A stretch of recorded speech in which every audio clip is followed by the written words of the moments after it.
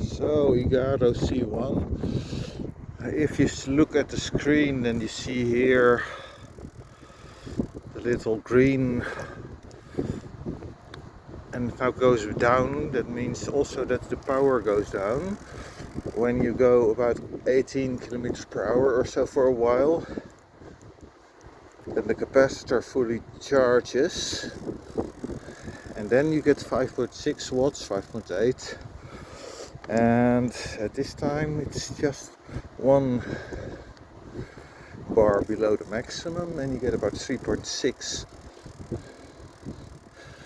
Range is, I think, in the 3.6 watt power range, about 50 meters. And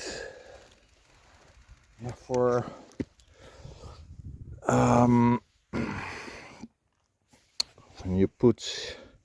when it puts out 5.6 watts, then it's about 55-60 meters, something that you can see ahead, something like that. It's not the same as the Safe 80. That has a bit more light at the top, which means the far away the light you can see more. As to the light color, so last night I was riding when everything was wet. You can still see it a bit, and then the green here looks very whitish green. That comes from all the grass being wet. And if you look at the ground, then it looks a bit too dark. Now look at this flashlight. Here you see much more the brown of the ground, and also the yellows you see better. You can see that there a little. Let me put and here. I need to watch out for overexposure and all that kind of stuff.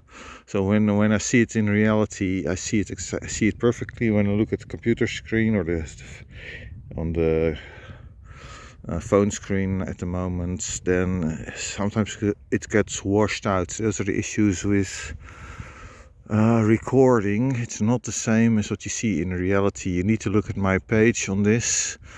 So the Igaro C1, what color has it got? I estimated about 5,000 Kelvin compared to the light. So that's according to specifications.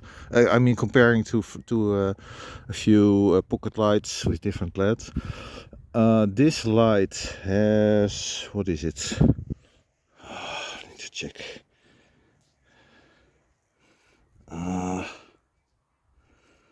Oh yes, this is a 4000 Kelvin 519A LED in this pocket lamp, which I shaved a little bit. This means you cut off a little bit of the top of the dome, and that lowers the color temperature a bit and makes the delta UV a bit lower. It goes slightly towards pink. That has some advantages, as I discovered, but most of all, it's about 3700 Kelvin or thereabouts, and it's clearly better. Here you see the green, the ground. Yeah, it looks like almost black, and that's not correct. It's not optimal, let's say.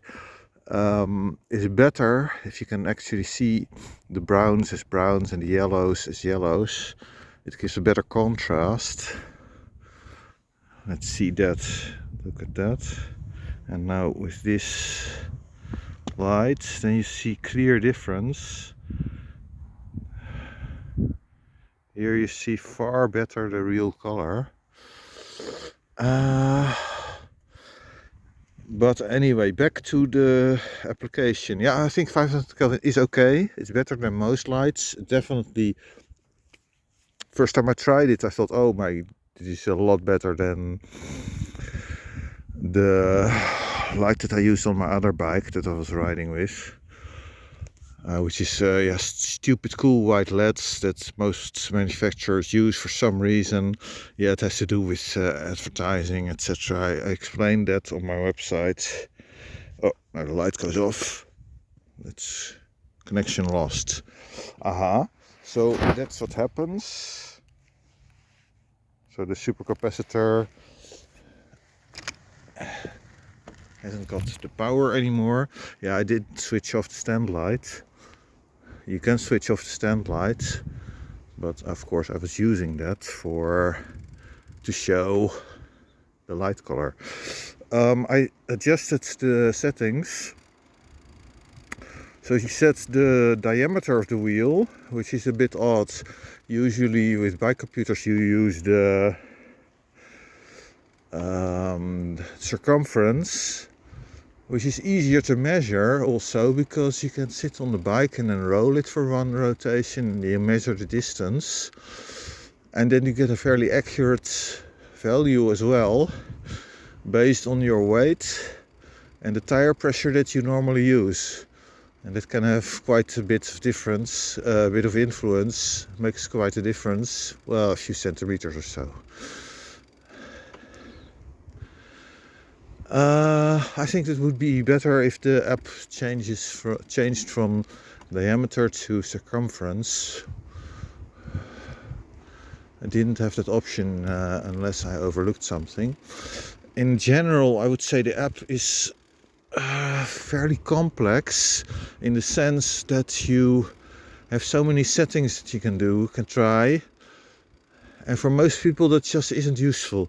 I would like to see something that you can very easily swap between priority for USB versus light, and that you can easily set the low beam instead of the far beam instead of the near beam, because it's not really a high beam in the sense of as it's defined in the new version of STVZO and as defined in for vehicles in general.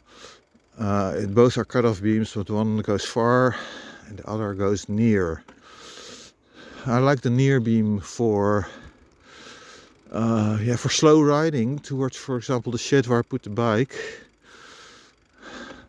It's nicer than most bike lights, which shine too much far away and which do not really give you a nice close-up lit area, which is very useful for slow riding. I don't know how that will hold up in bad terrain. So as I mentioned, the low beam has a bit more artifacts. You can see them here on the video, I think.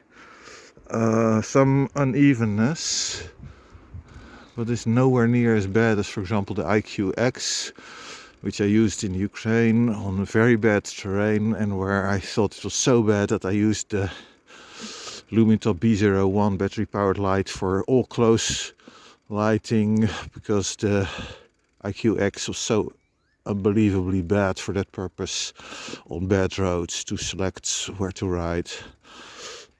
So light color, yeah, pretty good compared to most other lights, but it's nowhere near optimal. If I were to buy this light, I would only do it if it were available in 4000 Kelvin. That would be not yet quite optimal, but close. And of course it won't be high CRI, but yeah, probably good enough for most purposes. Even mist. In the mist I found that high CRI works the best. Give noticeably better results than low CRI 4000 Kelvin. 4000 Kelvin high CRI with an SST20 LED, for example, was a lot better than 4000 Kelvin or thereabouts with a low CRI LED. Yeah, let's see what else. I think I mentioned everything. Oh, the speed display. So I changed the dynamo to a Shimano dynamo, which is 28 poles. Sun dynamos are 26 poles. I changed the diameter of the wheel to approximately what it is for this bike. And the speed indicated is now about the same as on the bike computer, so that's okay. Yeah, I think that's it for now. I will need to do some tests on various terrain, but I need to check out where to where to ride to see how well the low or the near field beam works for low speed, difficult terrain. But yeah, it's very difficult to find any bad roads in the Netherlands. This is one of the issues if you want to test bike lighting. It's difficult here to find bad roads. Yeah, what else? So in a few weeks, if all goes well, I will go to Poland and Ukraine, and then I will definitely test all these issues, and I will see how well it works then. I think I've told you everything that's important besides USB power output. I've not tried it yet, so that's what I need to do. Oh, power output. So about 18 kilometers per hour, the light gets about 5.6 watts. Below that, about 3.6. And for the far beam, I think it's okay, but perhaps a bit too low, because a lot of the light gets spread out over a very large area. And because the beam is very wide, and yeah, you can set it very far, or quite far, to about 50-60 meters, which means you need a lot of light. So for that beam, I would say the 5.6 watts is what I would really like. But can you do that with USB output? I guess not. Well, I guess not. I'm pretty sure you can't, unless you go very fast downhill or something, or you make a fast night ride. Okay, that's it for now. Later more. Bye.